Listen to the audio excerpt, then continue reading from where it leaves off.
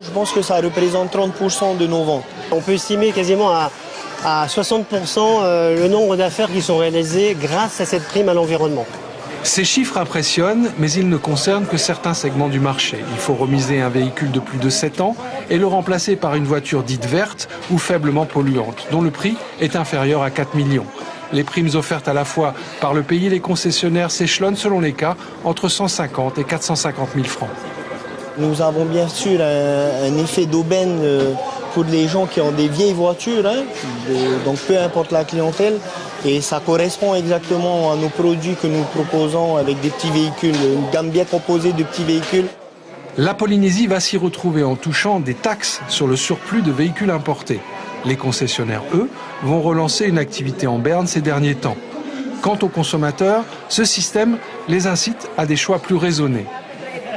L'achat type, véhicule qui commence à être un peu vraiment vieillissant, qui émet beaucoup d'émissions CO2, donc on fait vraiment le ménage sur le parc.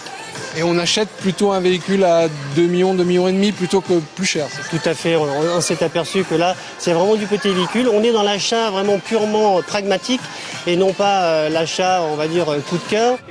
Outre des bienfaits écologiques non négligeables, tout le monde semble donc s'y retrouver sur le plan économique, à l'exception peut-être de ceux qui ont acheté leur véhicule ces dernières années. Ce qui m'étonne, c'est que les tarifs ont baissé grâce à la prime, j'imagine, puisque le modèle exact que j'ai est 200 000 francs moins cher que ce que j'ai acheté là, il y a 2 ans. 200 000 francs, ça me fout les boules quand même, quoi. La prime verte qui a tout l'air donc de gonfler les ventes. On va voir si le président du syndicat professionnel des concessionnaires de l'automobile nous le confirme. Jacques Solary, bonsoir. Bonsoir Natacha. Merci d'être là ce soir. Dites-nous si ce dispositif d'aide pour l'acquisition d'un véhicule neuf qui a été mis en place au mois de juillet dernier, donc après accord entre les concessionnaires et le pays, fonctionne. Certains concessionnaires affirmaient dans le reportage que cela gonflait leurs ventes de 30 à 60%, selon certains. Oui, effectivement, cette prime a relancé un peu les ventes. Tout dépend en effet des concessionnaires et des produits qui sont offerts chez ces concessionnaires. Mais comme on a pu le constater dans le reportage, pour certains c'est 60%, pour d'autres 20%.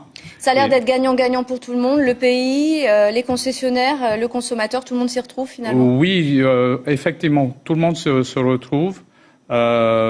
Surtout les consommateurs, puisque il y a une prime qui vient du gouvernement et une prime qui vient des concessionnaires également. Donc ça peut aller jusqu'à 500 000 francs. Alors l'idée, c'est aussi d'encourager la vente de véhicules électriques ou hybrides, puisque moins le véhicule acheté est polluant, plus la prime, elle, grossit contre un véhicule de plus de 7 ans, on l'a rappelé dans le reportage.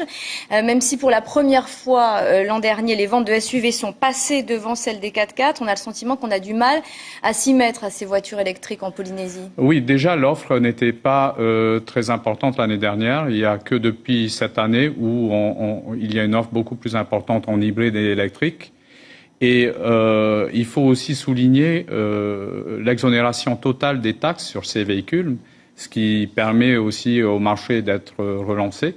Puisque vous avez compétitif finalement. Plus compétitif, puisque vous avez des taxes de 50 à 60% sur les véhicules conventionnels, normal, alors que sur les hybrides électriques, vous avez 0 taxe.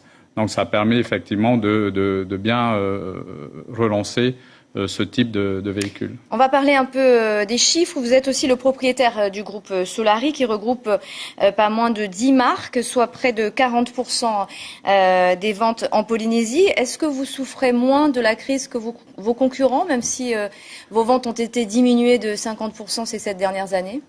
Tout le monde a souffert. Depuis 7 ans, le marché est au plus bas.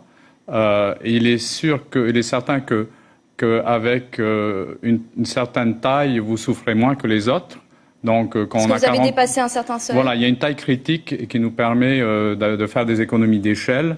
Donc, avec 40% du marché, c'est sûr qu'on doit souffrir moins que nos concurrents. Alors les concessionnaires affirment que la crise est sans précédent depuis 2008. C'est que 2015 a été la pire année au niveau des ventes. Seulement 4000 véhicules vendus l'an dernier.